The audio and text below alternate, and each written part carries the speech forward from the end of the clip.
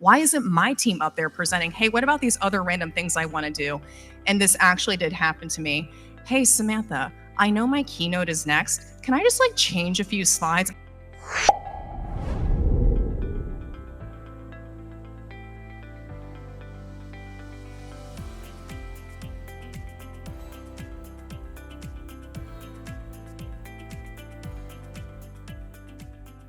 So we mentioned, right? It's the beginning of the year. We're all aligned. We know exactly what we're going to do. We have clarity of vision. You know the revenue goals you want to hit. You know your hiring and retention goals. You know the pipeline coverage that you want to have. Everyone is so excited, right? You're not the best SCO ever. People are going to be engaged. It's going to be beautiful for networking. You're going to do all those things that you can't possibly do over Zoom. Again, sunshine, rainbows. And then, well, what do we hear in our last presentation? I think they said 75% forget rate. I feel like for SCO, it's more like 99%. Like what they committed to when we started planning SCO versus what they're asking for 6 weeks in advance, 10 minutes before their session. Yeah. I'm guilty of that too, like really bad, but. And these are real examples, actually. We talk at least once a week. These are real things that happen to us. They may have happened to you. I just thought we were here for the drinking, right? That's what SCO is. Oh, and we doubled our sales headcount, but you don't get additional budget, so make that work. And hey, what if all of our speakers were white men? I heard that's really in these days. We should definitely do that. Have fun, but not too much, because this is work. And people can absolutely sit still for 2+ hours for a workshop. That we definitely did 2 months ago, and we're going to do it again because salespeople love that. Love it. It's my favorite. And then my personal favorite is when you have executives that pitch, we'll call it a hissy fit. We'll be as nice as I can, right? Why isn't my team up there presenting, hey, what about these other random things I want to do? And this actually did happen to me. Hey, Samantha, I know my keynote is next. Can I just change a few slides? I know we have less than 10 minutes, right? That's not going to bother the AV team in the back of the room who I've been harassing all morning. I wish I was making these up. These dead serious happened to me in March at my SCO. And I'm guilty of 3/4 of that. She is. So yeah, back when I was your enabler and you were my seller. That's actually how we met. So again, we have those best of intentions, right? But the norm, what happens is what I call enablement whiplash, right? We find that our company goals are in no way, shape, or form related to what actually happens at SCO.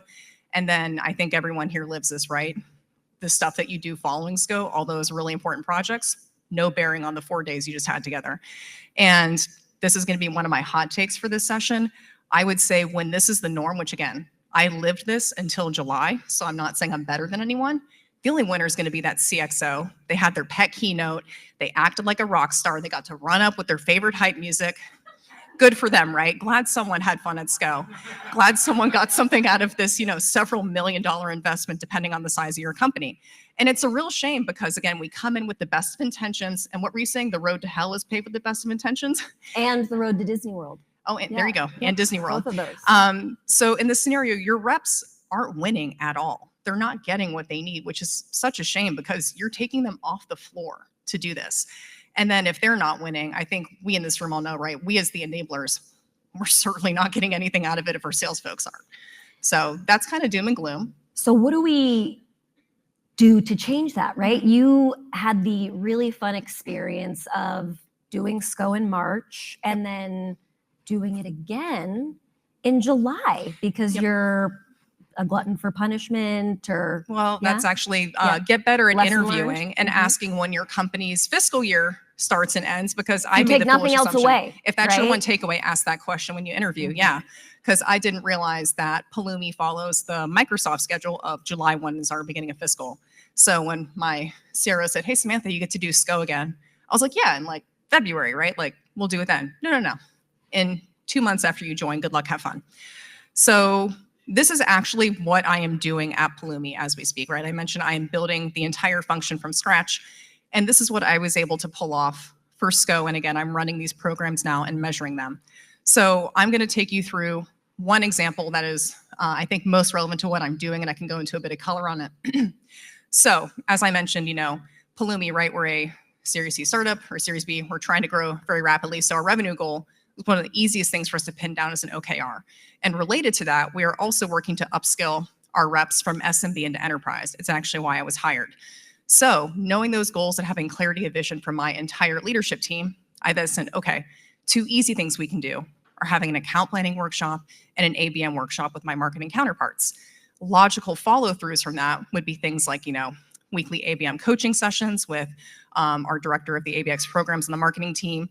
The sellers get one-on-one time with me. We have follow-up trainings and certifications on account planning quarterly.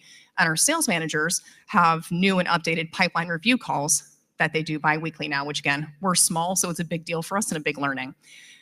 And then in terms of measurement, which again, if anyone's really heard of me, this is a hill I will die on for enablement. This is the single thing we have to get better at as a profession to continue to deliver on the promise, of being the strategic programs arm of a field team. And I would say from a seller's perspective, right, the measurement piece is always what's most important, right? As a seller, we live and die by the data. And I think so often we are measuring the sentimentality of the sessions, but it's very hard for us to report on the tangible impact that we're having. So this is incredible, right? Like to be able to align these things to have measurable results at the end of it. Absolutely. And I would say as enablement professionals, if we look at the Kirkpatrick model here, which is what we're seeing on the measured by, we are fantastic at measuring the reaction and learning, right? And when I followed this formula, like my session was the highest rated and went great because it was tied back to these objectives. But then what we're doing now in real time is measuring, is account planning becoming a behavior that the sellers are doing? And there's simple ways to do that, right? Are they meeting with me? Are they meeting with my marketing counterparts, their sales leaders? Are they bringing that into their pipeline calls? But what matters the most, and we're building this now and seeing early wins, is this influencing pipeline? Are we having more opportunities open? Are we talking to the correct people? Are we having any wins with deal velocity? The short answer is yes, we are. But again, this was in July. It is still early days. I will feel a lot more confident in my results when I have about a year's worth of data under my belt. And I will tell you too, don't do this alone. I have 2 degrees in history. I am not a math person. I will never lie to you. Get your friends in RevOps to help you. You should not be going this alone. Samantha said a couple minutes ago that she's not saying she's better than anybody else. I will tell you she's definitely better than me at a lot of this. So being not as good as you, because this is a lot of stuff, right? How would you recommend getting started, right? We work at different size companies. Workday is obviously a giant company. We have 5,000 people at our SCO. How would you recommend I implement this into the sessions I'm responsible for? Well, you actually did this organically, which is why we're doing this session together. And so I want you to speak to your partner work in a moment here. But it's pretty straightforward. I think it's stuff that we do for other projects and we forget to do for SCO. So I'm not going to lie to you and say that this is easy to do, but if you can pull this off for even one of your sessions at your next SCO, I would bet money it's going to be not only one of the highest rated, you will be able to actually track its success throughout the year. So I'm going to use account planning again, because this is top of mind for my CRO, Bob. So when I was planning this out with him, he said, Samantha, we need an account planning workshop in the worst way. Our reps don't quite understand the different motions, again, between selling into SMB versus enterprise. And I said, okay, cool. That makes a lot of sense. Usually one of my favorite sessions to run, highly interactive. I said, but can you triple confirm for me what company goals that these are aligned to? And he did confirm, right, it's related to our OKR of hitting X amount of revenue and having X amount of pipeline coverage. I said, okay, great. Just want to make sure that we're doing the right thing here. And then I qualified the ask further and I said, is there any pre-work going into SCO that you want to see happen? And he said, no, honestly, just make sure your templates are ready to go with the feedback from everyone from, CEO on down, because again, we are still quite small. And we did that. As we continue to plan each of these sessions, I then would follow up and say, okay, Bob, we're doing this, we're aligned to company goals, but I'm really curious, right? If we don't have the right follow-up and tie this into other programs, it's going to be a one and done effort. You're not going to look good to the board, and your reps aren't going to be building that pipeline and the skill set that we desperately need them to do to, again, ultimately, hopefully IPO in the next few years. And he said, that's a really good point. Let me think through. And he had a laundry list of about 20 programs that he wants me to run as a team of one, by the way, which I think everyone here can relate to. And he said, okay, well, if account planning is the most important thing that I want you to do in year one at this company, I want you to focus down on following up with one-on-one coaching, making sure marketing is working with you on follow-up workshops. We're going to certify every quarter. I want you and the sales leaders to not only shadow additional calls, but also be on their pipeline review calls every other week, which is a new motion for us. So we made sure that, again, as many programs coming out of SCO we're tied to this most important request for the team.